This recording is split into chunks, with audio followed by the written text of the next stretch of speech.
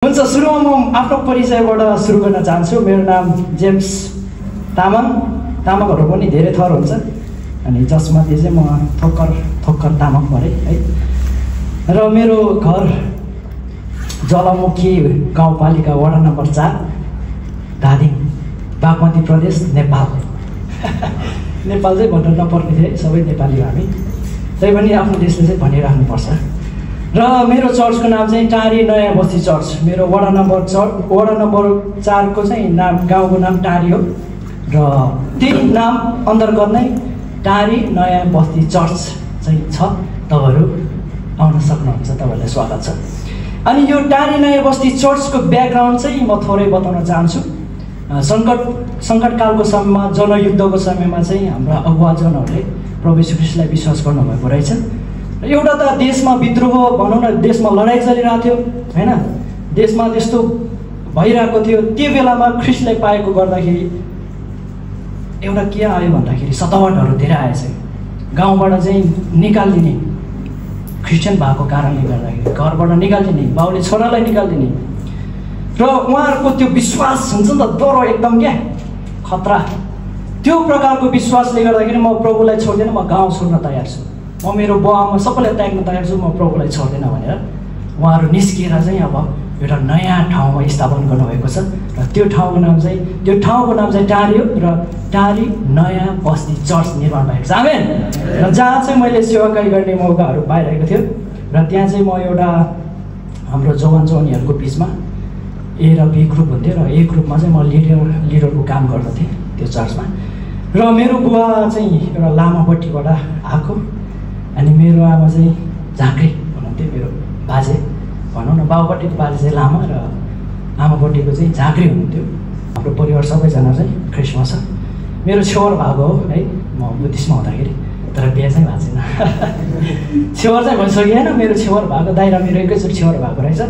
र हुँदै प्रभुको योजना भनौँ मलेसियामा आइपुग्यो, र 7 महिना चाहिँ मैले तामाङ परिबिरा नेपाली सङ्गतिमा सेवा गर्ने मौका पाएँ। र लगत्तै आएपछि आरजिबिसीमा आज आएर सेवाकाई गर्ने मौका पाएको छु। धेरै धन्यवाद दिन चाहन्छु हाम्रो दाइहरूलाई, किनकि म यसरी माइक बोलेर उभिने योग्यको त थिएन, तर पनि मायाले मलाई धेरै यो समय दिनुभएको छ। तपाईँहरूलाई धेरै धन्यवाद। हुन्छ, हामी वचनतर्फ लागौँ त?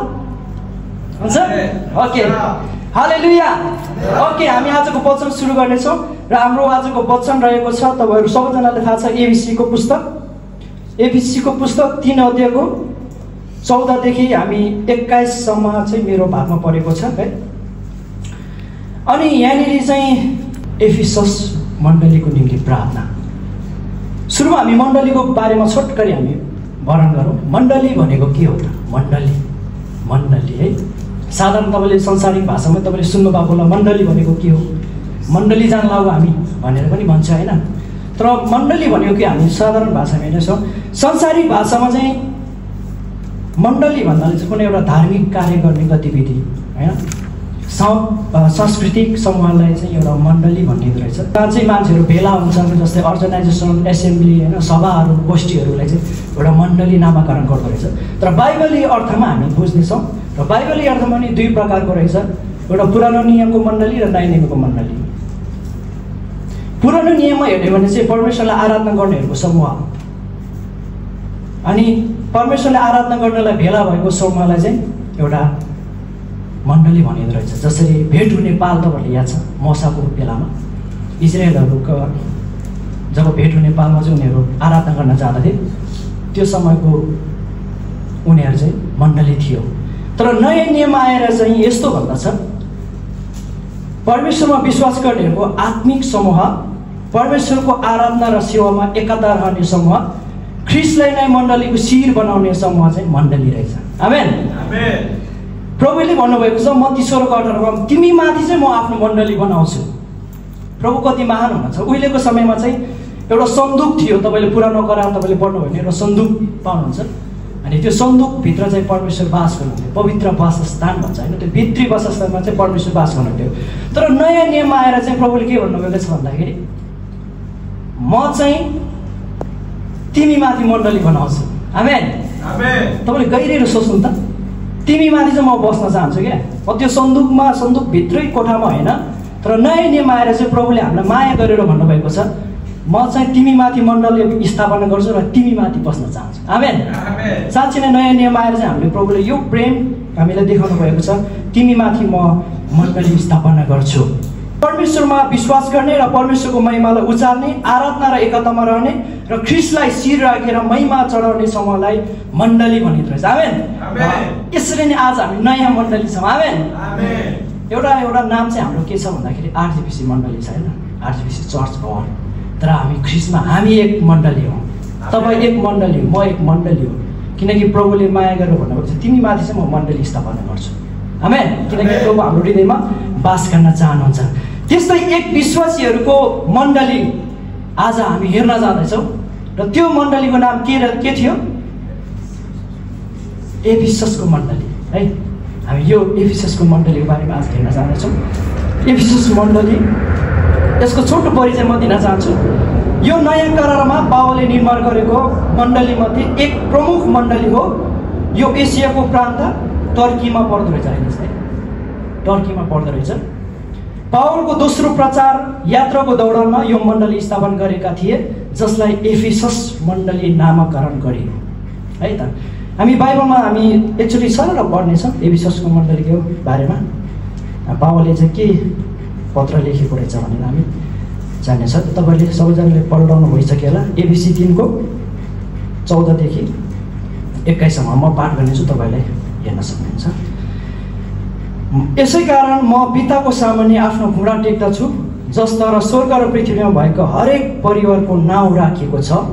म प्रार्थना गर्दछु कि उहाँका महिमाको सम्पत्ति अनुसारको शक्तिले उहाँका आत्माद्वारा भित्री मनुष्यतामा तिमीहरूलाई शक्तिशाली पारुन् र विश्वासद्वारा ख्रिस्ट तिमीहरूको हृदयमा बास गरून् र प्रेममा जड गाडिएका र दरिलो भएर सबै सन्ताहरूसँग चौडाइ, लम्बाइ, उचाइ र गहिराइ के रहेछ सो बुझ्ने शक्ति प्राप्त गर्न सक र ज्ञानलाई माफ गर्ने ख्रिस्टको प्रेमलाई थाहा पाउन सक, ताकि परमेश्वरको सारा पूर्णताले तिमीहरू भरिपूर्ण हो। उहाँलाई जसले हामीभित्र काम गर्ने उहाँका शक्ति अनुसार हामीले मागेको वा चिताएको भन्दा ज्यादै प्रशस्त मात्रामा गर्न सक्नुहुन्छ। उहाँलाई नै पुस्ता पुस्तासम्म मण्डली र ख्रिस्ट येशूमा सदा सर्वदा महिमा होस्। आमेन। आमेन। साँच्चै नै यहाँनिर चाहिँ पावलले चाहिँ आफ्नो मण्डली स्थापना गरेको छ। अघि नै हामीले हेरिसक्यौँ, जसको नाम चाहिँ एफिसस मण्डली नामकरण गरेको छ। हामीलाई लाग्छ नि होइन, पावल त एकदम परिपक्व थियो नि त, परमेश्वरमा विश्वासमा एकदम बलियो थियो र हामीलाई लाग्छ कि पावल कडा छ भने उसले निर्माण गरेको मण्डली पनि कडा छ भन्ने हामीलाई लाग्छ होइन। तर मानिस जाति हो होइन, हामी पनि मानिस हो, हामी परिवर्तन हुन्छ। येशूख्रिस्टसँगै हिँडेको चेलाहरू त के भयो? परिवर्तन भयो। पत्रुसले के भन्यो भन्दाखेरि म तपाईँसँगै मर्न पनि तयार छु भन्थ्यो, तर अन्तिममा गएर येशूख्रिस्टलाई म को चिन्दिनँ भनेर उसले धोका दिएको छ। राइट अनि होइन। अनि त्यसपछि यहुदा इस्करियोतले पनि के गरेको छ भन्दाखेरि येशूसँगै हिँड्ने व्यक्तिले 30 सिक्कामा बेचिदिएको छ कि येशूख्रिस्टलाई। त्यसरी नै एफिससको मण्डलीहरू पनि एउटा प्रेममा एकतामा अलिकति गडबड आएको कारणले चाहिँ पावलले लेखेको छ है। येशूख्रिस्टका चेलाहरू पनि धोकेबाजहरू भए। एउटा गीत छ नि, धोकेबाज छौ तिमी, धोकेबाज छौ तिमी, एउटा फेमस गाना छ होइन। धोकेबाज भयो क्या होइन। संसारमा मानिसहरू त धोकेबाज हुन्छ। त्यसकारण पावलले चाहिँ आफ्नो मण्डलीलाई माया गरेर तिमीहरू चाहिँ शक्तिशाली हो, तिमीहरू चाहिँ प्रार्थना गर्दै गर भन्ने कुराहरू हामी पाउँदछौँ। मानिस जाति चाहिँ परिवर्तन भइहाल्छ, तर हिब्रू 13को 8ले भन्दछ येशूख्रिस्ट हिजो आज र सदा सर्वदा एक समान हुनुहुन्छ। आमेन। येशूख्रिस्ट हिजो जस्तो हुनुहुन्थ्यो, हिजोको समय भनेको पुर्खाहरूको समयमा जस्तो हुनुहुन्थ्यो, आज पनि त्यस्तै हुनुहुन्छ। सदा सर्वदा एक नाश हुनुहुन्छ कि उहाँ कहिले पनि चेन्ज हुनुहुन्न। तपाईँले कोरस नम्बर 25मा हेर्नु भने पाउनुहुन्छ, हिजो आज सधैँभरि येशू समान छ, हामी फेर्छौँ उनी मात्र कहिले फेर्दैन। आमेन। मानिस जाति परिवर्तन हुन्छ क्या। तपाईँले मान्छे चाहिँ किनकि संसार चाहिँ एउटा दुष्टको संसार भनेर पनि प्रकाशको पुस्तकमा आउँछ, किनकि त्यो शैतानको दूतहरू चाहिँ कुण्डमा फालेको छ भनेर तपाईँले प्रकाशको पुस्तकमा पनि पाउनुहुन्छ है। र यो संसारमा चाहिँ शैतानले राज्य गर्दैछ क्या। र मानिसहरूलाई बहकाउने र आफूपट्टि एट्र्याक्सन गर्ने तान्ने काम चाहिँ उसले गर्दैछ र मानिसहरू धोकामा परिरहेका छन् है। हामीमा यो प्रश्न आउँछ कि पावलले किन आफ्नो मण्डलीको लागि किन उसले पत्र लेख्दैछ भन्दाखेरि तपाईले एफिससको मण्डलीको निम्ति जान्न अगाडि तपाईले प्रकाशको पुस्तकमा तपाईले जान्नुपर्ने हुन्छ। तपाईले मसँग निकाल्न सक्नुहुन्छ प्रकाशको पुस्तक 2 अध्यायको हामी पाठ गर्नेछौँ 3 देखि 5 सम्म। एफिससको मण्डलीको बारेमा चाहिँ प्रभुले आलोचना र उत्साह दुईटै दिँदै हुनुहुन्छ, तारिफ र आलोचना दुईटै गर्दै हुनुहुन्छ। हामी यसलाई पाठ गर्नेछौँ प्रकाश 2 को 2 देखि 5 सम्म हेर्नेछौँ ल।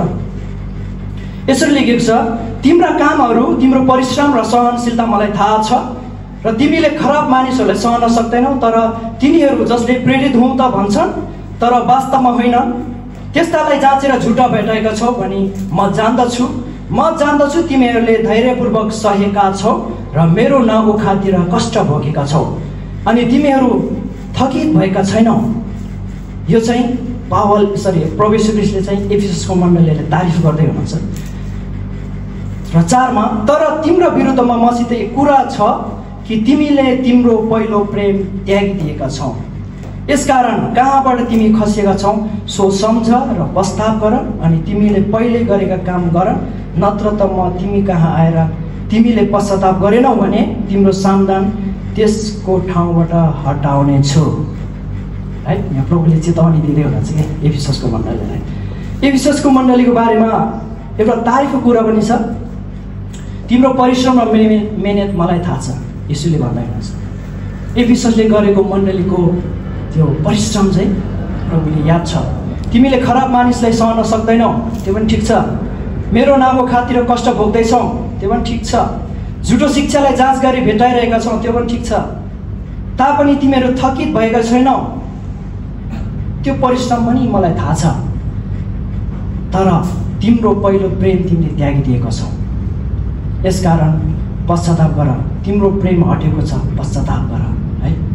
यहाँनिर चाहिँ किन चाहिँ पावलले आफ्नो मण्डलीलाई, आफ्नो एफिसस मण्डली आफूले निर्माण गरेको मण्डलीलाई पत्र लेख्नु पर्यो भन्दाखेरि त्यहाँनिर प्रेम सेलाएको रहेछ नि त होइन, प्रेम हटिगएको रहेछ नि त। उनीहरू बिचमा एकताको कुराहरू रहेनछ, प्रेमको कुराहरू रहेनछ। मत्ती 24 को 12 हेर्ने हो भने यसरी पाउँदछ, दुष्टता बढेको हुनाले धेरैको प्रेम सेलाएर जानेछ। आज संसारमा तपाईँले हेर्न सक्नुहुन्छ पाकिस्तान र इन्डियाको लडाइँ पनि भइरहेछ होइन। अब धेरै अगाडि पनि लडाइँको कुराहरू चल्दैछ, अझै पनि हुँदैछ, अनिकालहरू पर्दैछ, विश्वासघातहरू हुँदैछ होइन।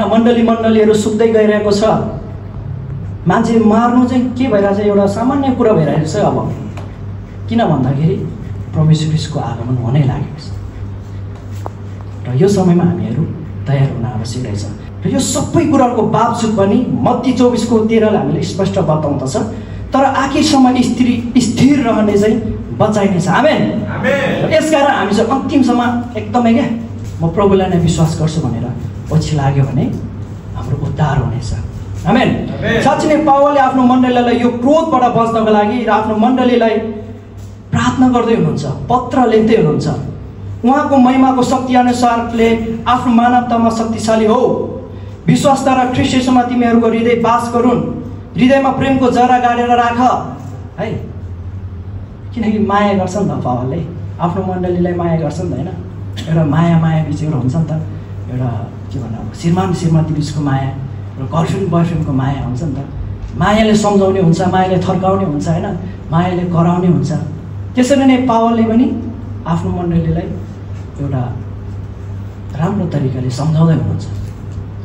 तिमीहरूमा चाहिँ यस्तो यस्तो भइरहेको रहेछ, तिमीहरू चाहिँ दरिलो प्रार्थना गर भन्ने कुराहरू हामी त्यहाँनिर पाउँछौँ।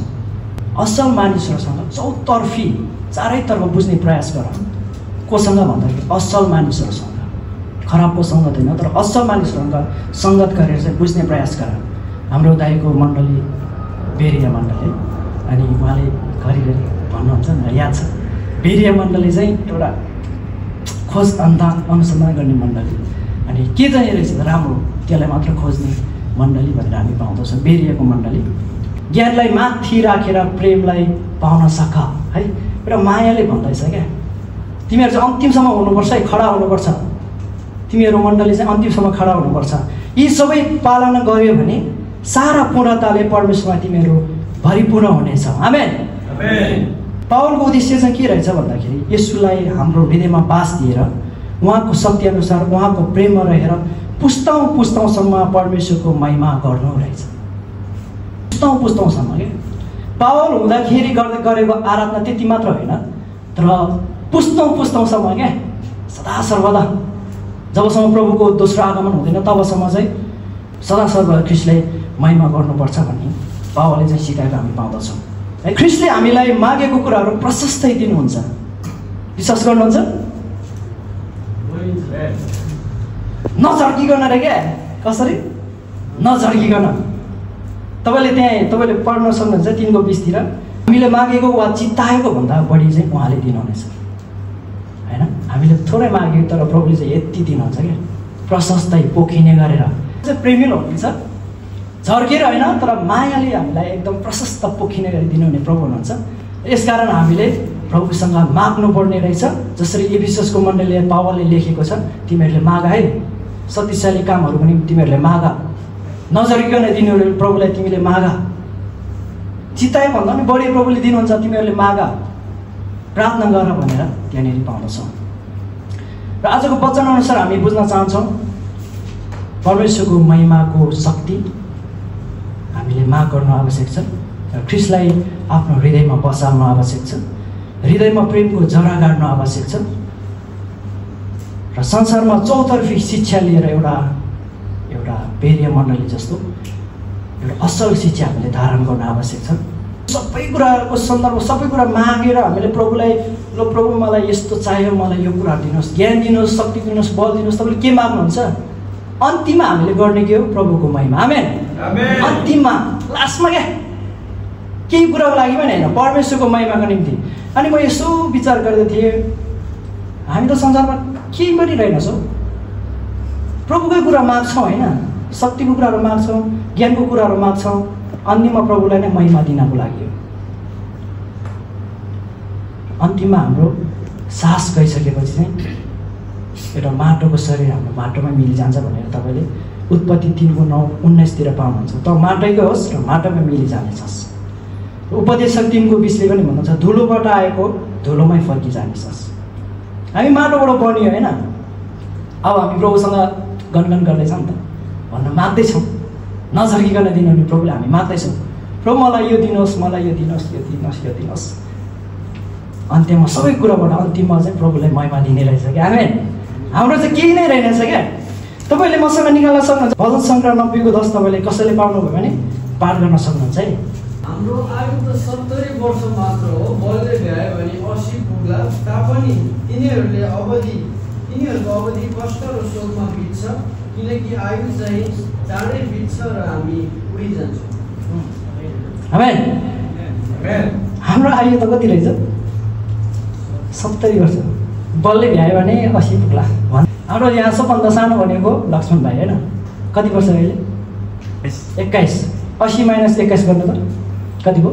बलले भ्याउँछ नि उहाँको त अलिक बलियो हुनुहुन्छ नि त होइन, 80 हिसाब गरौँ। हजुर 59। अझ बलले नभ्याउने भने 60 हिसाब गरौँ न, यसरी 70 हिसाब होइन। हाम्रो आयु कति रहेछ त? यति त रहेछ नि होइन, माटोबाट बनेको मानिस हो होइन। अनि हाम्रो आयु भनेको साह्रै छोटो रहेछ। प्रभुलाई विश्वास नगर्ने मान्छेहरू साह्रै लामो लाग्छ कि फेरि, अಯ್यो भन्छ नि होइन, एकदमै लामो लाग्छ कि फेरि। जसले प्रभुलाई पाउनु भएको छैन तर प्रभुलाई पाउने व्यक्तिहरूले साह्रै छोटो लाग्छ कि। तपाईँ कुरा बुझ्दै हुनुहुन्छ? यसै कारण हाम्रो आयु भनेको चाहिँ बलले भ्यायो भने चाहिँ 80 र बलले भ्यायो भन्ने कुराहरू गर्दैछ है। साँच्चै नै छोटो समयमा चाहिँ हामीले प्रभुलाई आराधना गर्न आवश्यक छ। हामी धुलोबाट आएका हौँ, धुलोमै फर्किजानेछ र त्यो धुलोमा फर्किजान अगाडि चाहिँ हामीले प्रभुलाई महिमा दिन आवश्यक छ। आमेन।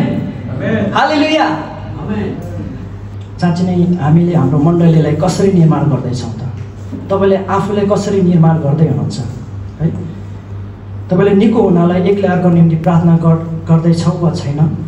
याकुब 5 16 भन्दछ तिमीहरू निको हुनलाई एक्लै अर्को निम्ति प्रार्थना गर। मण्डलीहरू स्थापना गर्नको लागि, मण्डली बलियो हुनको लागि चाहिँ प्रार्थना रहेछ। प्रार्थना है। हाम्रो मण्डलीको जग चाहिँ हामीले कहाँ बसाउँदैछौँ त? मण्डलीको जग तपाईँ र मैले चाहिँ है, तपाईँको चर्चको नामहरू म सोध्दिनँ, तपाईँको चर्च चाहिँ राम्रै ठाउँमा बनाउनु भयो होला। सकेसम्म हामीले जग खन्दाखेरि के गर्छौँ? अलिकति चट्टान भेटायो भने चाहिँ बलियो हुन्छ है भन्ने हुन्छ नि त। यसकारण हामीले आफ्नो जग चाहिँ कहाँ बसाउँदैछौँ त? पावलले भन्दछ परमप्रभु नै सबैभन्दा मुख्य हुनुहुन्छ।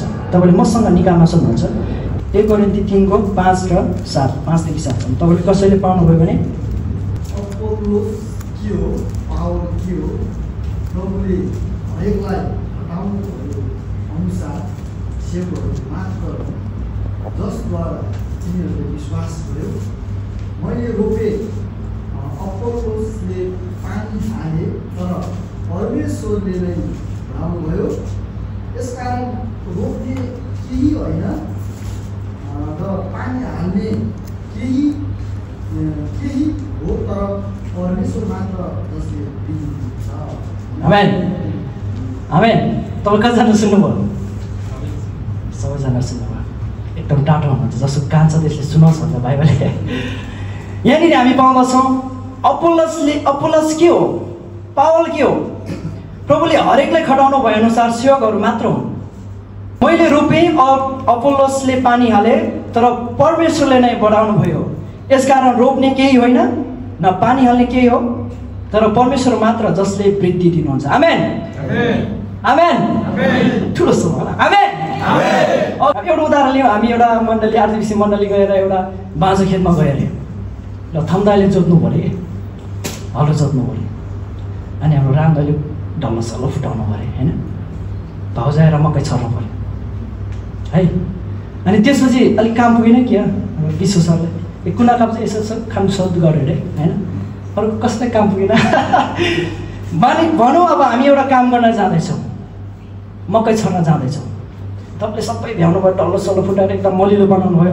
अब यो उम्रिन्छ भन्ने हिसाबमा तपाईँ बेलुका भएपछि ल जाउँ है साँझ परेछ भनेर तपाईँ जानुभयो।